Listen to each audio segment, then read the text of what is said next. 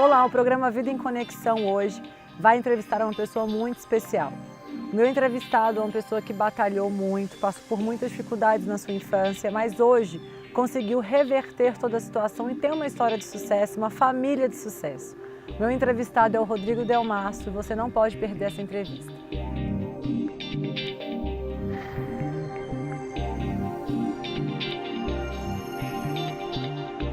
Rodrigo, queria te agradecer a sua presença aqui no Vida em Conexão. Que isso, obrigado.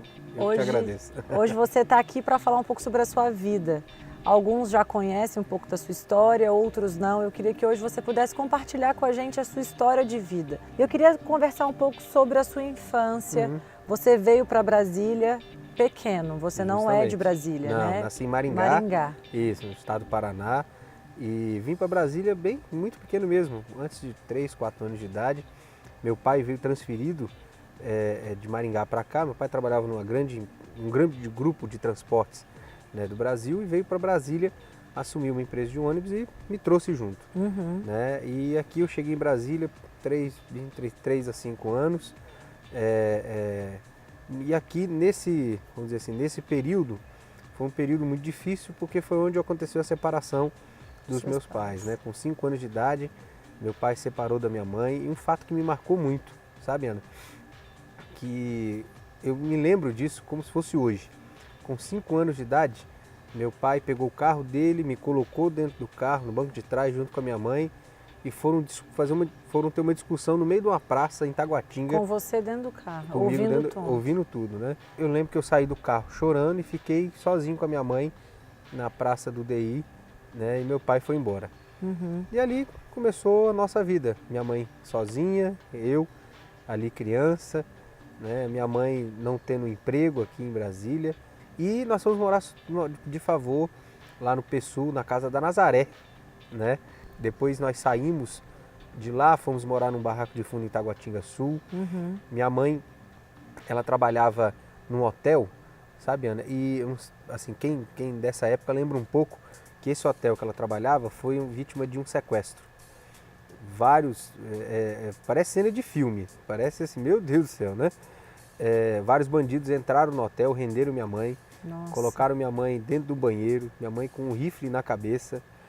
E assim, minha mãe, ela trabalhava de madrugada, né? E ela entrava às 7 da noite e chegava em casa às 7 da manhã para eu ir para a escola. Nesse dia, minha mãe não chegava e eu não conseguia ir para a escola, né? Até peguei uma ficha telefônica, saí, fui até o orelhão mais perto da minha casa e liguei para o hotel. No que eu liguei para o hotel, ninguém atendeu. Aí você ficou desesperado. Liguei a televisão. Aí você viu a cena. Eu vi, pronto. Você imagina um menino de 10 anos de idade, vendo o hotel da sua mãe. Minha mãe chegou em casa às 4 da tarde, desesperada, totalmente desestruturada. Teve que sair de lá, não conseguiu. Foi trabalhar em outro hotel como recepcionista, um hotel vizinho. Sua mãe foi uma mulher muito batalhadora, na verdade. É um exemplo, né, de mulher, de mãe. Eu acho que hoje milhares de mães que estão nos assistindo passam pela mesma situação, criam seus filhos sozinha, não tem um marido, um pai para ajudar na educação. Eu sei que isso é muito difícil.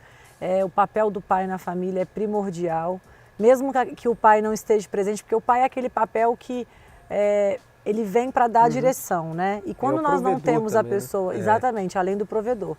E quando não tem, parece que a família ela fica um pouco perdida. Justamente. Então, quando a mãe assume esse papel, é um peso muito grande, né? E você teve uma infância muito difícil, além da ausência do seu pai.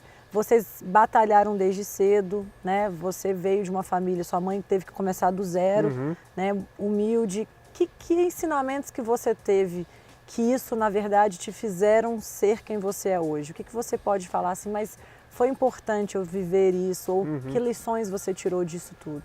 Ana, a primeira lição que eu tirei da minha mãe é o seguinte: minha mãe abriu mão de um sonho dela para criar o filho. Ela abriu mão, na realidade ela passou a viver o sonho do filho dela. E o que eu aprendi com a minha mãe com isso é que nós precisamos valorizar as pessoas por aquilo que elas são. Não por aquilo que elas têm a dar pra gente, mas por aquilo que elas são mesmo. E que muitas vezes uma pessoa, ela precisa que a gente abra um pouco mão do nosso sonho e viva o sonho dela. Porque tem pessoas que não acreditam em si. E a minha mãe foi esse exemplo. porque ela abriu mão de um sonho, abriu mão de se formar, abriu mão até mesmo de, muitas vezes, Ana, de construir, em tese, um outro relacionamento. Uma outra família, né? Um outro relacionamento, porque ela, conversando com ela hoje, depois eu fiz a pergunta, mãe, por que você, né, não construiu um outro relacionamento? Ela falou, filho, eu não queria que você tivesse a visão de que uma pessoa poderia ter dois tipos de relacionamento. Com 15 anos, eu fiz uma aliança com a minha mãe. Falei, mãe, eu não vou ser o homem que meu pai foi para minha futura esposa quando eu casar. E o que aconteceu depois daquela cena de você vendo o seu pai indo embora de casa e tendo a sua mãe simplesmente como o seu apoio, o que aconteceu, né, com o seu pai na sua vida? Assim, como foi viver e ser criado sabendo que você tinha um pai, conhecendo o seu pai, mas não tendo a presença dele na sua casa, né? Justamente. O que isso representou para mim? Essa ausência fez muita falta. Fez muita falta porque eu perdi um pouco de referencial, né, na minha adolescência principalmente, de alguns limites, né? Que a minha mãe tentou fazer esse papel. Mas é difícil para uma mulher, Mas é difícil, né? E você como filho homem, é difícil porque na verdade eu acho que você acabou assumindo o papel também de cuidador dela, acredito, né? Justamente, que é onde algumas coisas foram muito precoces. Por exemplo, eu comecei a trabalhar muito cedo. Para quê? Para ajudar em casa. Claro. Para pagar o aluguel, para trazer o arroz, o feijão dentro de casa, né? Então, abrir mão, para você ter uma ideia, abrir mão de um sonho que eu tinha de ser jogador de vôlei. Porque na minha época eu jogava eu treinava no time. Quem jogava no time que eu treinava, só que eu era mirim, era o Maurício, Marcelo Negrão, aquele pessoal, né, da geração de ouro do vôlei. Treinavam no ginásio onde eu treinava. Aquilo para mim era o máximo. E eu tinha um sonho de me tornar mesmo baixinho, né? Mas existe, né? Os jogadores de vôlei mais baixos. Hoje tem. Justamente, né? Então eu tinha um sonho. Quando nós voltamos para Brasília, eu tentei continuar, encontrei até um clube aqui para jogar, o meu técnico foi o Jerônimo, né? No Minas Brasília Tênis Clube, só que o que aconteceu? Vamos dizer assim, a necessidade bateu na porta. Você acredita que você acabou assumindo um papel de provedor inverso, assim, no caso o filho tentando ajudar a mãe também, em alguns momentos sim. Porque financeiramente o meu pai sempre ajudava. Por exemplo, os meus custos, ele sempre ajudava. Só que os custos de casa, que é alimentação, pagar o aluguel, aquela coisa toda, ele não assumia, né? Então esses custos eu tive que sair muito cedo para trabalhar. Você não podia fazer o que os adolescentes faziam. Justamente, eu os saía da seus escola, amigos da escola faziam, talvez. Eu saía da escola, eu ia para o estágio, ficava do estágio de 2 às 6, 7h30 eu entrava para dar aula num curso de informática no Núcleo Bandeirante. Então já era uma vida de adulto mirim, na verdade. E aí eu dava aula de 7h30 até as 10h30, chegava em casa às 11, 11h30, tendo que muitas vezes fazer os afazeres de casa, né? Ajudar a mãe a lavar a louça, aquela coisa toda. Com certeza. E como é que foi o Rodrigo adolescente?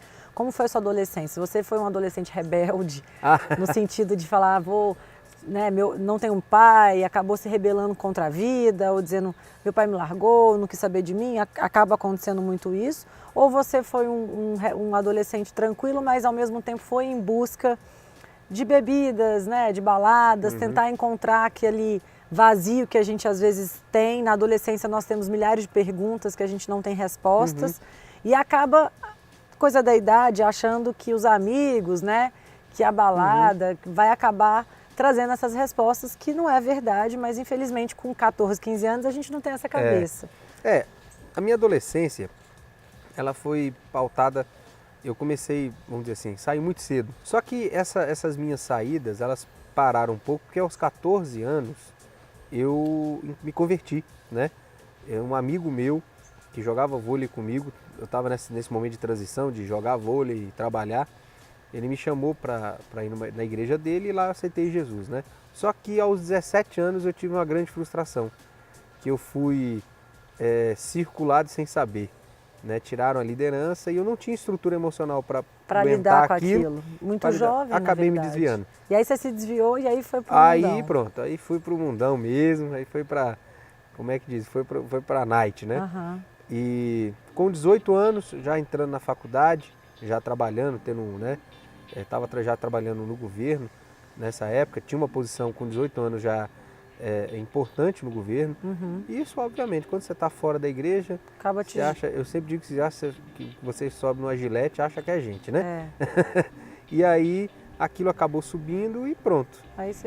Aí comecei a sair muito, beber muito, muita balada, mulheres, né?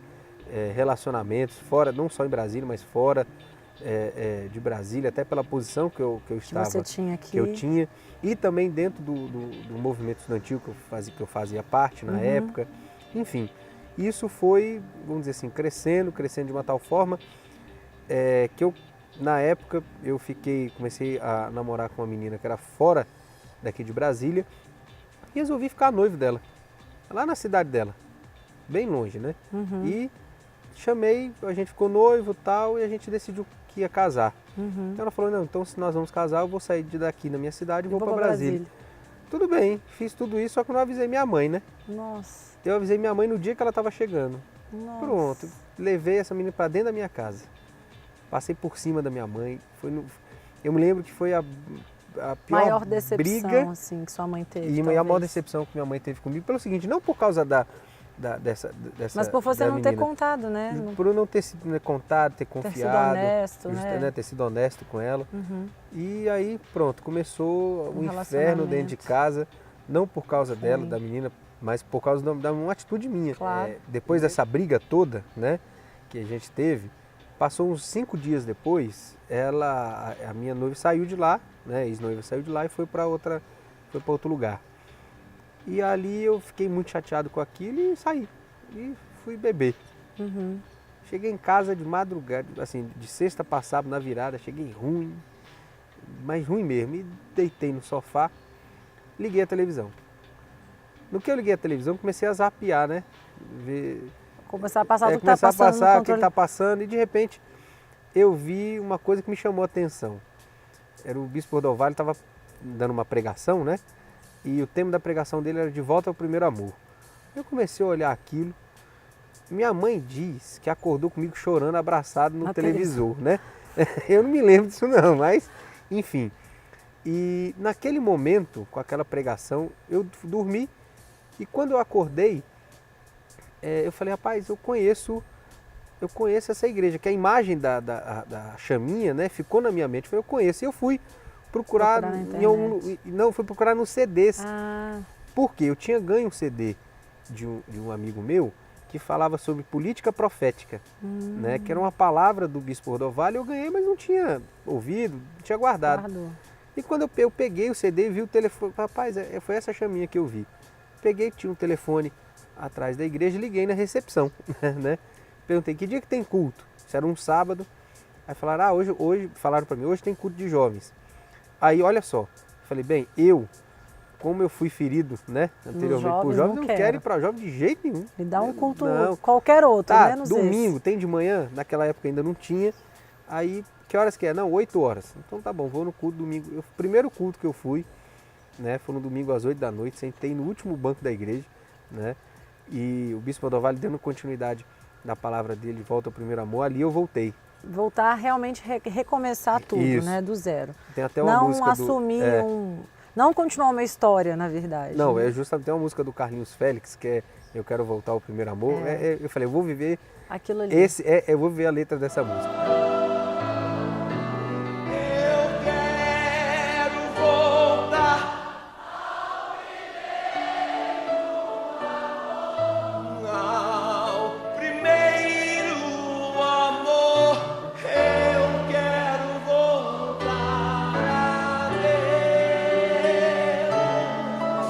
Você não saísse daí, a gente vai voltar com a história do Rodrigo, não sai daí, a gente já volta.